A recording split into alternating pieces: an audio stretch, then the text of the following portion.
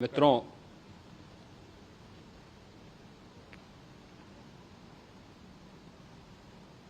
महाकुंभ प्रयागराज का आज मौनी अमावस्या का मुख्य स्नान है और कल सायंकाल 7 बजे से ही काफी बड़ी संख्या में श्रद्धालुजन प्रयागराज पहुंच करके स्नान भी कर रहे थे और काफी बड़ी संख्या में श्रद्धालुजन ब्रह्म मुहूर्त का भी इंतजार कर रहे थे। एक दुर्भाग्यपूर्ण हादसा इसी दौरान अखाड़ा मार्ग पर संगम के तट पर हुआ, जिसमें 90 से ज्यादा लोग गंभीर रूप से या सामान्य रूप से घायल हुए। यह हादसा भारी भीड़ के द्वारा अखाड़ा मार्ग के बैरिकेडिंग्स को तोड़ने और उसके बाद उससे कूद करके जाने के कारण वहां पर हुआ है, जिसमें 30 के आसपास लोगों की दुखद मृत्यु हुई है। 36 घायलों का प्रयागराज में उपचार चल रहा है। शेष घायलों को उनके परिवार के सदस्य लेकर के चले गए हैं। घटना दुखद है, मर्माहत करने वाला है।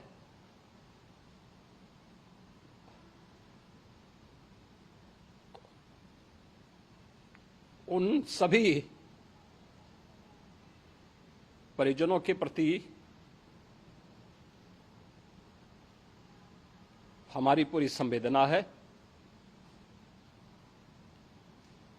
हम लोग रात्रि से ही लगातार प्रशासन के संपर्क में हैं। मेला प्राधिकरण, पुलिस प्रशासन, एनडीआरएफ, एसडीआरएफ,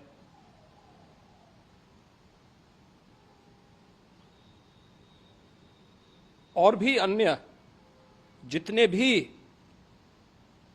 व्यवस्थाएं हो सकती थी उन सबको वहां पर तैनात किया गया है। परिणाम उसी का है कि हादसे के कुछ ही देर के बाद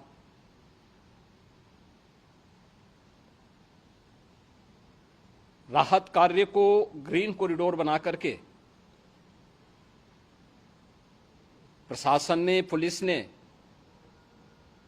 एनडीआरएफ और एसडीआरएफ के स्वयंसेवकों ने सभी लोगों को हॉस्पिटल तक पहुंचाने का काम किया है।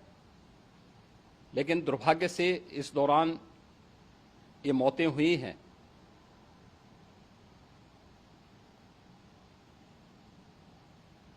स्वाभाविक रूप से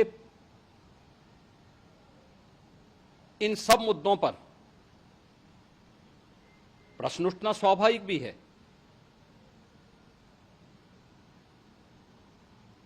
उपचार के बाद बहुत सारे लोग अपने परिवारजनों के साथ जा चुके हैं, उनके परिवार के लोग ले जा चुके हैं। जो बाकी बच्चे हैं उनका उपचार चल रहा है। उपचार के सारे इंतजाम वहां किए गए हैं।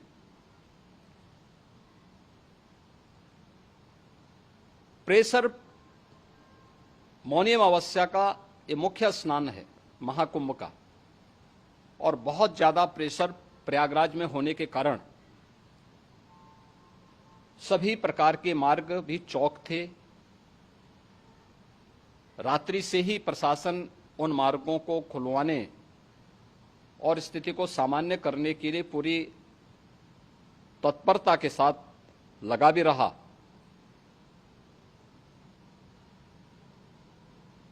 ये सभी घटनाओं के बाद, ये जो हादसा हुआ है, इस हादसा के बाद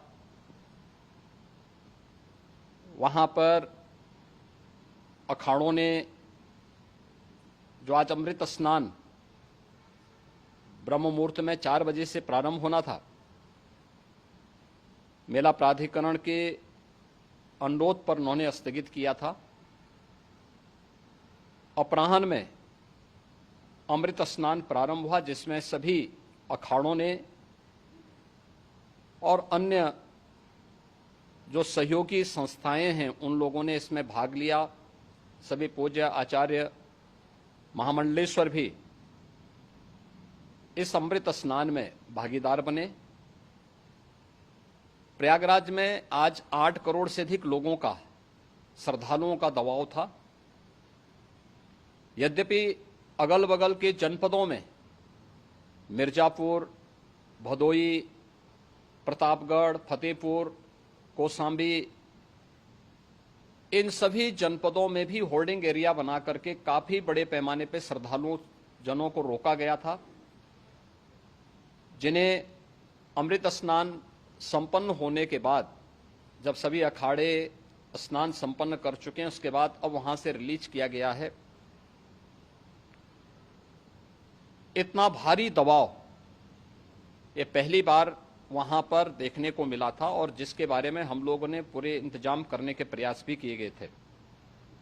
रेलवे स्टेशनों पर, चाहे वह झूसी हो, चाहे वह प्रयागराज सिटी हो, प्रयागराज हो, फाफामऊ हो, उन सभी पर लगातार दबाव बना रहा। रेलवे ने भी इस दौरान वहां के दबाव को ध्यान में रखते हुए मेला स्पेशल चलाई। रूटीन और मेला स्पेशल को मिलाकर के लगभग 300 से अधिक ट्रेन रेलवे के द्वारा अब तक चलाई जा चुकी हैं, और जिससे श्रद्धालु जनों को उनके गंतव्य तक पहुंचाया जा सके। उत्तर प्रदेश परिवहन निगम ने भी अपनी 8000 से अधिक बसेज श्रद्धालु जनों को उनके गंतव्य तक पहुंचाने के लिए लगाया हुआ है, और जिससे उन सबको सुरक्षित उनके घरों तक पहुंचाया जा सके। दिन भर स्मूथली, बहुत ही सुगमता के साथ पूरा स्नान इसके बाद हुआ है, जिसमें पूज्य शंकराचार्य, आचार्य महामंडलेश्वर, वरिष्ठ संतजन और सभी अखाड़ों ने इसमें पूरा सहयोग भी किया और पूरे कार्यक्रम को सकुशल संपन्न करने में अपना योगदान भी दिया है। ये सभी घटनाएं मर्माहत करने वाली भी हैं और एक सबक भी है, लेकिन हादसे के तह में भी जाने की आवश्यकता है। और इसी दिशा से सरकार ने भी तय किया है कि हम इसकी एक जुडिशियल इंक्वायरी भी करेंगे, क्योंकि कई बार रिव्यू होने के बाद स्थानीय स्तर पर हर प्रकार की सतर्कता के बाद आखिर कहां से ऐसे हादसे फिर भी होते हैं और हुए हैं। इसके लिए हम लोगों ने न्यायमूर्ति हर्ष कुमार के नेतृत्व में पूर्व डीजी श्री वीके गुप्ता और retired IAS Shri DK Singh, इन 3 सदस्यीय जुडिशियल कमीशन को भी इसके लिए गठित किया जा रहा है। इन सभी अन्य कार्यों के साथ साथ हम लोगों ने वहां की पूरी घटना पर आज पूरे दिन भर एक एक घटना को लेकर के मुख्यमंत्री का जो कंट्रोल रूम था, उस कंट्रोल रूम से भी, चीफ सेक्रेटरी के कंट्रोल रूम से भी, डीजीपी के कंट्रोल रूम से भी लगातार इन चीजों की मॉनिटरिंग की जाती रही। दिन भर बैठक चली है और लगातार एक एक घटना को लेकर के वहां पर प्रशासन के साथ संवाद भी रहा है, विभिन्न अखाड़ों के साथ संवाद रहा है, अन्य संतों के साथ भी दिन भर हम लोग संवाद बनाते रहे हैं। प्रातःकाल से आदरणीय प्रधानमंत्री जी का, माननीय गृह मंत्री जी का, माननीय राष्ट्रीय अध्यक्ष जी का, अन्य तमाम केंद्रीय मंत्रियों का, माननीय रेल मंत्री जी का, प्रदेश की माननीय राज्यपाल महोदया का भी समन्वय बराबर आवश्यक दिशा निर्देश भी और मार्गदर्शन भी प्राप्त होता रहा।